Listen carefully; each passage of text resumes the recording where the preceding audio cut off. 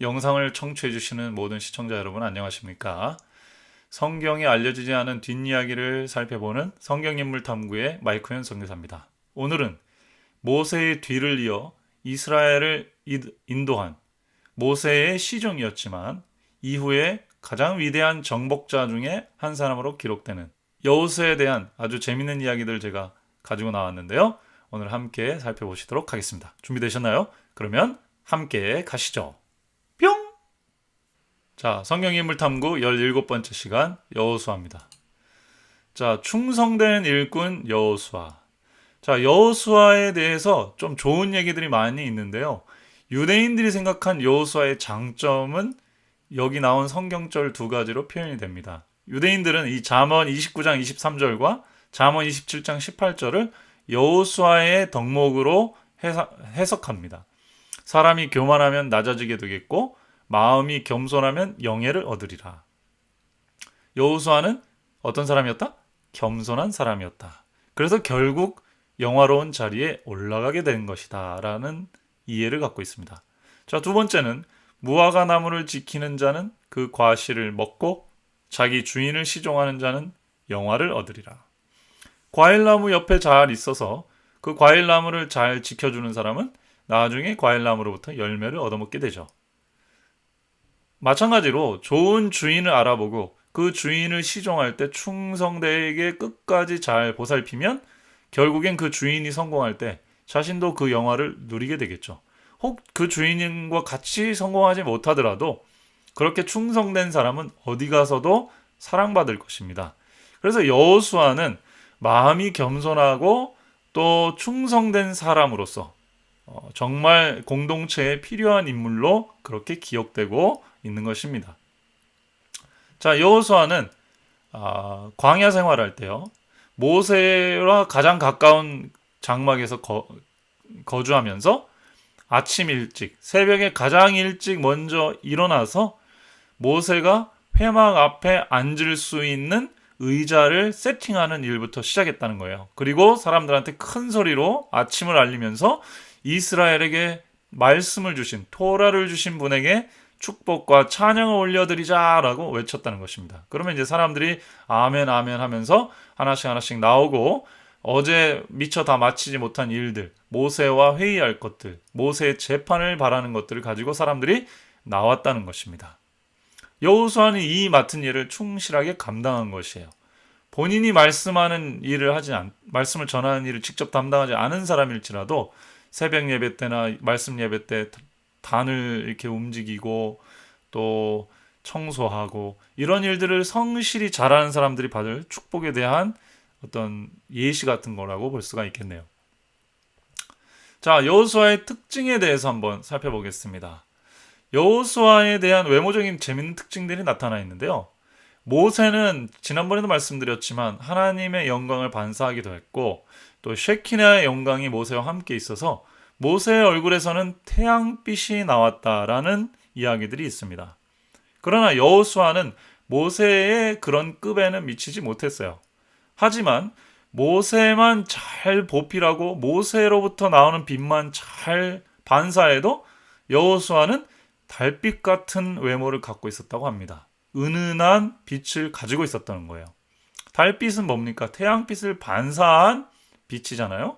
그러니까 여호수아는 직접 하나님을 만난 사람은 아니지만은 하나님을 만난 하나님의 종을 알아보고 그 종을 전심으로 성심으로 섬김으로써 그 영광의 빛이 자기에게도 반사될 수 있도록 한 그런 인물이었다는 것입니다. 자, 그리고 여호수아는 여러분 아시는 대로 싸움을 잘했죠. 그래서 힘이 황소 같았다 이렇게 표현이 되어 있고 외모는 야크처럼 아름다웠다 이런 표현이 나옵니다. 이럴 때마다 중동 사람들의 이 미적 감각에 대해서 제가 좀 공감이 잘 안 갈 때가 있습니다. 중동인들은 이 낙타를 아름답다고 표현하거든요.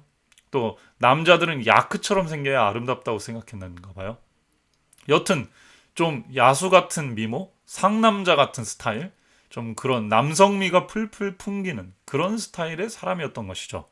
그러니까 잘 생각해 보면 외모적으로나 이 물리적으로는 힘이 강력하고 이 우직한 사람이었지만 실제로 또 모세를 섬길 때는 아주 섬세하고 충직하고 또 겸손한 그런 인물이었다는 것이죠. 그러니까 사람들 사이에서 사랑을 받을 수밖에 없는 그런 인물이었다라고 보시면 되겠습니다. 전쟁 때도 얼마나 용기가 있었냐면 항상 맨 앞에 섰고 한 번도 진의 맨 뒤에 있거나 혹은 텐트 안에 숨어 있거나 한 적이 없었대요. 실제로 이스라엘 백성이 전쟁이 일어나면 겁이 나니까 싸워본 적도 별로 없고 그러니까 뒤로 도망가거나 장막에서 나오지 않거나 한 사람들도 많았다고 하는데 여호수아는 한 번도 그런 적이 없고 맨 앞에 솔선수범했다는 것이죠. 그래서 결국은 모세의 자녀가 아닌 여호수아가 하나님의 지도자로서 간택이 돼서 모세 다음에 이스라엘 백성을 이끄는 사람으로 올라서게 되는 것이죠. 가나안 정탐에 대한 이야기를 좀 한번 해보겠습니다. 이스라엘 백성들이 이제 가나안 땅에 다 와서 12명의 정탐꾼을 보냅니다. 갈렙과 여호수아가 각각 유다 지파와 에브라임 지파에서 선택이 돼서 파송을 받죠. 자, 돌아오는 동안 이 갈렙과 여호수아만이 우리가 가서 차지할 수 있다. 가나안 땅 하나님의 약속한 대로 우리가 차지할 수 있다라고 성공적인 희망적인 메시지를 전합니다. 근데 나머지 10명은 그렇지 않았어요. 자, 그런 즈음에 모세가 여호수아의 이름을 호세아에서 여호수아로 바꿔줍니다. 굉장히 큰 의미가 있어요. 호세아라는 말은 그 자체가 구원이라는 뜻입니다. 그리고 도움이라는 뜻이에요. 근데 여기에 그죠? 야훼를 뜻하는 여를 붙임으로써 여호슈아가 되거든요. 그렇게 되면은 여호와께서 구원이시다. 여호와가 도움이시다라는 말로 바뀝니다. 여호와가 우리의 구원이시다라고 바뀌어요. 왜 그랬냐? 여호수아만이 하나님이 여호와가 도와주시면 우리가 이길 수 있다. 그 사람들이 아낙 자손이 맞다. 거인 족속 맞지만 우리보다 크다. 우리보다 강하다. 근데 하나님은 우리보다 큰 아낙 자손보다도 더 크시지 않냐. 우리가 그거 목격하지 않았냐. 홍해를 가르시고 만나를 주시고 반석에서 물을 주신 분인데 가나안 땅 주시겠다 하면 그분 믿고 가서 차지하면 된다. 자, 그래서 여호수아가 갈렙과 함께 이 가나안 땅의 산물을 가지고 돌아온 것 아닙니까?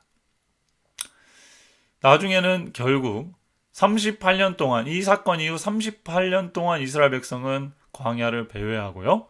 갈렙과 여호수아만이 살아서 가나안 땅에 실제로 들어가는 그러한 역사가 있게 됩니다. 결국은 믿음대로 되는 것이었죠. 갈렙과 여호수아의 믿음, 특별히 이 여호수아의 믿음, 여호와께서 우리를 도와주시니 우리가 이룰 수 있다라고 하는 이 믿음, 이것이 여호수아의 가장 큰 장점 중에 하나였던 것 같습니다. 자, 그리고 아주 재밌는 이야기 중에 하나가 태양을 멈추게 한 사건이 있죠.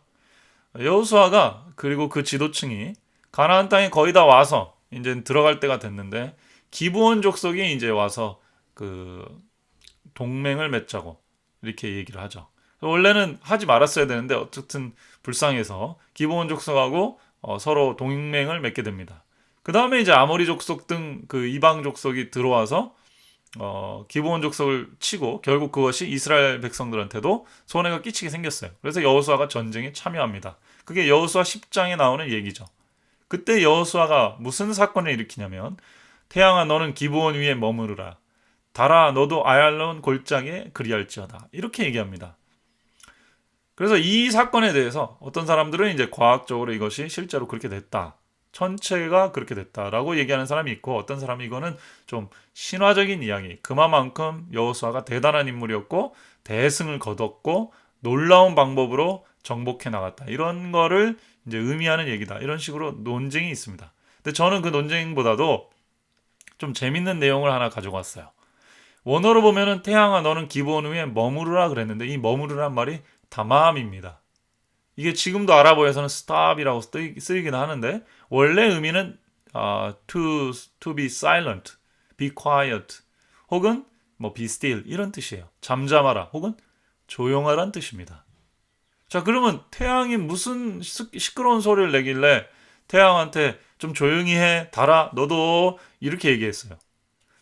이스라엘 사람들 생각에서는, 유대인들의 사고방식에서는 태양과 달이 자기의 일을 하는 동안 그들은 소리를 내서 하나님께 영광을 찬양한다고 그렇게 생각했어요. 그래서 이 세상 만물에게 하나 에너지를 주는 것 그 자체가 찬양을 함으로써 그들에게 온기를 주고 힘을 주는 것으로 그렇게 이해를 한 것입니다. 그러니까 잠깐 그 노래를 멈춰달라 그러고는 가다가 좀 서달라 그런 얘기라고 이해를 한 것이죠. 그러니까 태양이 이렇게 얘기했대요. 여호수아야, 나는 하나님께 맡은 직분이 있어. 그걸 해야 되는데 그러면 내가 찬양하는 걸 네가 대신해 줄래? 그러니까 여호수아가 내가 하나님께 찬양 올리는 걸 대신해 줄게. 내가 대신하는 동안에 그 자리에 좀 그대로 있어줘. 그래서 태양이 여호수아가 노래를 부르는 걸 보고 딱 멈추고, 나중에 여호수아가 전쟁이 끝날 때 노래를 그쳐주니까 그때 태양이 다시 움직이기 시작했다라는 것이 유대인들의 문헌에서 발견되는 기록입니다. 재밌지 않습니까? 자, 이렇게 해서 우리는 여호수아에 대한 재밌는 이야기들을 살펴봤습니다. 여호수아는 정말 모든 걸 다 갖춘 사람 같아요. 그는 겸손했고 또 정직했고 용기가 넘쳤고 또 싸움도 잘했고, 그리고 믿음과 또 소망이 아주 든실한 그런 사람이었습니다. 그렇기 때문에 하나님께서 그를 이스라엘의 두 번째 지도자로 낙점했고, 또 여호사는 그 임무를 충실히 감당한 것이 아닌가 싶습니다. 하지만 생각해 보세요. 여호수아는 40년 동안 모세 밑에 있었습니다. 그 기간이 정말 결코 짧은 시간은 아니었을 거예요. 항상 좋은 소리만 들었을까요? 그렇지는 않았을 수도 있습니다. 모세가 율법을 만든 사람이었고 굉장히 민감하고 똑똑한 사람이었기 때문에 그 리더 밑에서 시키는 일을 다 맡아서 하는 것은 그렇게 간단한 일은 아니었을 거예요. 그래서 2인자 자리는 어떻게 보면 1인자보다 더 어려울 수도 있습니다. 화려하지 않고 빛나지 않지만 또 그만큼 많은 스트레스는 또 감당을 해야 되는 자리이니까요. 그러나 여호수아, 정말 무화과 나무 옆을 지키듯 꾸준히 겸손히 맡은 자리에서 충실을 다했을 때 그에게 그의 가치가 확 빛날 기회가 이제 찾아오게 된 것입니다. 자, 오늘날 저희에게 주는 메시지가 많이 있는 것 같아요. 지금 당장 우리는 빛을 보기를 원하고 영화를 누리기를 원하죠. 하지만 하나님께서 우리들에게 주신 어떤 기회가 올 때까지 우리에게 주어진 자리가 최선의 자리라는 거. 우리가 배우고 우리 주변에 있는 리더들을 충분히 섬기고 또 그분들과 함께 협력할 때 우리 속에 있는 가치도 상승할 것이고, 하나님께서 정말 우리에게 기회를 주실 때 그 우리의 가치를 드러낼 수 있는 그런 자질이 준비될 수 있는 가장 좋은 길이 될 수 있다는 사실을 꼭 기억했으면 좋겠습니다. 자, 오늘 제가 준비한 얘기는 여기까지고요. 다음 이 시간에 또 재밌고 흥미로운 얘기로 다시 찾아뵙겠습니다. 여러분 감사합니다. 바이바이.